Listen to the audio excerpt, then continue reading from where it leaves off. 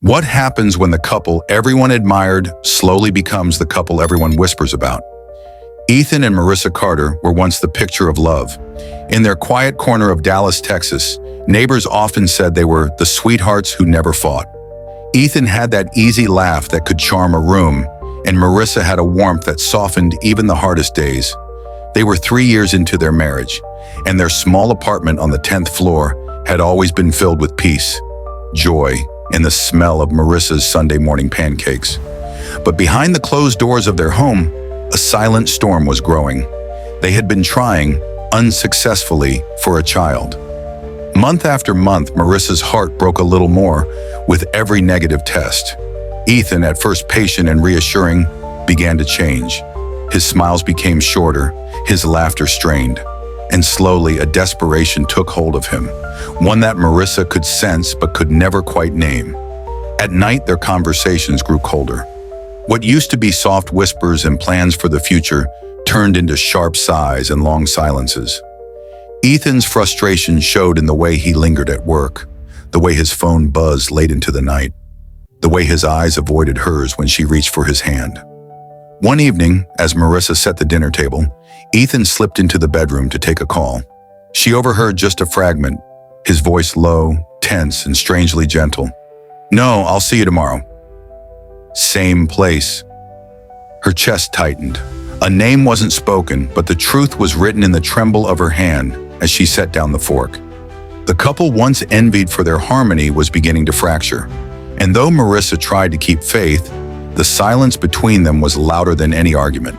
But silence, she would soon discover, was only the beginning. The next morning, sunlight poured into their apartment, but there was no warmth in it. Marissa sat at the kitchen counter, watching her husband sip coffee as if nothing were wrong.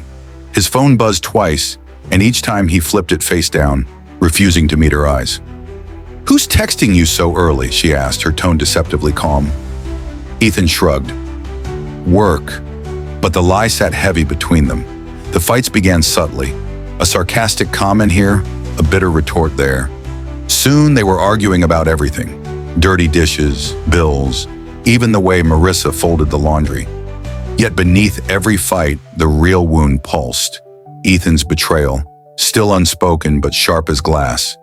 At night, Ethan began staying out later and later. Some nights he wouldn't return until dawn, stumbling in with excuses that were as thin as paper. Marissa, exhausted from waiting, would retreat to the guest room just to avoid seeing him crawl into bed as if nothing was wrong. But one Friday evening, her worst fears hardened into reality.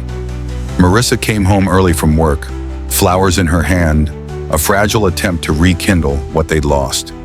She opened the bedroom door, her heart pounding with hope, and froze. Ethan was in bed, his arms around another woman. The flowers slipped from Marissa's hand, scattering across the floor like broken promises. Marissa's hands shook as she gripped the doorframe, her breath caught between fury and disbelief. Ethan barely moved, just rolled off the woman beside him with a groan of annoyance, as though Marissa had interrupted a nap rather than stumbled upon the truth of his betrayal. "Marissa," he muttered, reaching for his shirt, not even looking her in the eye. "It's not what it looks like." The audacity of his words burned hotter than the scene itself. "Not what it looks like?" she snapped, her voice trembling. "Ethan, she's in our bed." "Our bed?" The woman slipped out silently, gathering her clothes in shame, but Ethan remained infuriatingly calm. He buttoned his shirt, his movements slow, dismissive, calculated.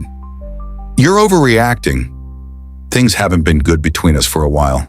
You know that Marissa's heart cracked in places she didn't know it could. So this is your answer? You couldn't even talk to me." But Ethan refused to meet her gaze, his tone sharp, detached. "I don't owe you explanations every time I step outside this house." That was the moment something inside her shifted. The pain of betrayal merged with the sting of his indifference, boiling into something fierce. She turned to leave, her hand on the doorknob, whispering, "I'm done, Ethan. I can't live like this anymore."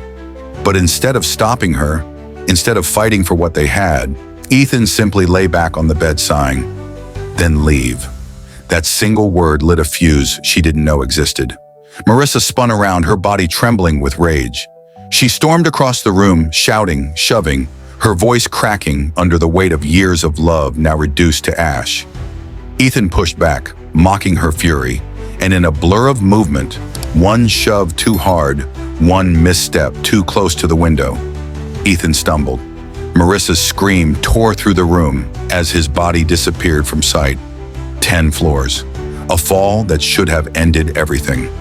She rushed to the window, certain she'd just killed the man she once loved, only to see his broken body cushioned in a massive dumpster, still alive. Her feet barely touched the stairs as she flew down, her chest heaving with terror. When she reached him, Ethan's face was bloodied, his arm twisted at an unnatural angle, but his eyes fluttered open. He was alive. Against all odds, he was alive. "Help!" she screamed into the night. Neighbors spilled out, whispers spreading like wildfire as an ambulance was called. Within minutes, flashing red lights carried them both into the chaos of a hospital corridor. Marissa sat in the waiting room, her head in her hands. The image of him falling replayed in her mind, a nightmare loop she couldn't escape. But beneath her guilt burned another truth. He had pushed her to that edge. He had betrayed her, dismissed her, broken her heart in ways words could never repair. When the doctor finally emerged, his voice was calm but heavy. "Your husband has multiple fractures and internal bruising. It's a miracle he survived, but his recovery will be long." Marissa nodded, numb. Miracle. Was it really? That night, sitting beside Ethan's hospital bed, she studied him. Tubes in his arms, bandages across his face, his body weak and broken. Yet even in this state, he looked at her with the same dismissive eyes as though he still believed she wouldn't leave. And maybe that was the cruelest part. He was right. For now, she stayed. She stayed because the thought of walking away while he lay broken seemed impossible. But in the shadows of her mind, the question loomed larger with every passing hour. Was she staying out of love or guilt? The words sliced her deeper than the betrayal itself. Days turned into weeks as Ethan's recovery began. Marissa was there every step, signing papers, arranging treatments, sitting through nights filled with beeping machines and the sour smell of antiseptic. Outsiders admired her devotion, nurses calling her a good wife, neighbors whispering about her loyalty. But inside, Marissa was unraveling. One evening, when the ward was quiet and the moonlight slipped through the blinds, she finally broke. Sitting at his bedside, her voice cracked as she whispered, "Do you even understand what you've done to me?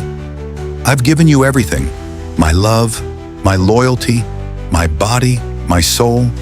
And in return, you gave me lies, strangers, perfume on your shirt. And when I caught you, you didn't even fight for me."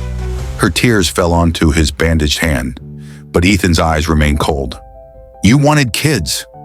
I wanted kids, but you couldn't give me that. What did you expect me to do, Marissa? Wait forever?" Her sob turned into laughter, bitter, hollow. "So I was just a vessel to you? A vessel that failed?" It was in that moment she realized something profound. Ethan wasn't going to change. Not the fall, not the pain, not her tears. Nothing would break the selfishness at his core. Ethan's recovery demanded months of rehab, appointments, dependence. Marissa juggled everything, but the weight only grew heavier. Each day, Ethan grew more bitter, more demanding, more ungrateful. One night, after she helped him into bed, he sneered, "You're only here because you feel guilty. Don't pretend it's love." The words stung, but this time she didn't flinch. She met his gaze and said quietly, "You're right." The silence that followed was thicker than any argument. Ethan blinked, stunned. But before he could answer, Marissa walked away. Out of the room, out of the hospital, into the night air that tasted like freedom. She stood at the edge of the parking lot, trembling. Divorce had once felt unthinkable, but now it felt inevitable. And yet, as she drove home, one thought haunted her. What if he tried to twist the story? What if he painted her as the monster who pushed him? When she arrived at their apartment, she noticed something chilling. Ethan's phone, left behind in the chaos, lit up with dozens of unread messages from women she'd never heard of. Even while broken, he hadn't stopped. The discovery shattered the last thread tying her to him. Ethan hadn't cheated out of desperation. He had cheated because he wanted to. The infertility was never the excuse, only the mask. Marissa returned to the hospital the next morning with divorce papers tucked into her bag. Her hands shook, but her resolve was unshakable. She entered his room, met his smug smirk, and laid the papers on his chest. Ethan's eyes widened. "You wouldn't," her voice was steady. "I already did." For the first time, his confidence faltered. His face twisted in panic, anger, disbelief. But Marissa didn't stay to watch him unravel. She turned and walked out, each step lighter than the last. Outside, the sun broke through the clouds, warm on her face. For the first time in years, she felt free. Not because she'd won, but because she had finally let go. Sometimes, survival isn't about saving someone else. It's about saving yourself. If you were Marissa, would you have stayed with Ethan after the fall? Or walked away the moment you saw the truth?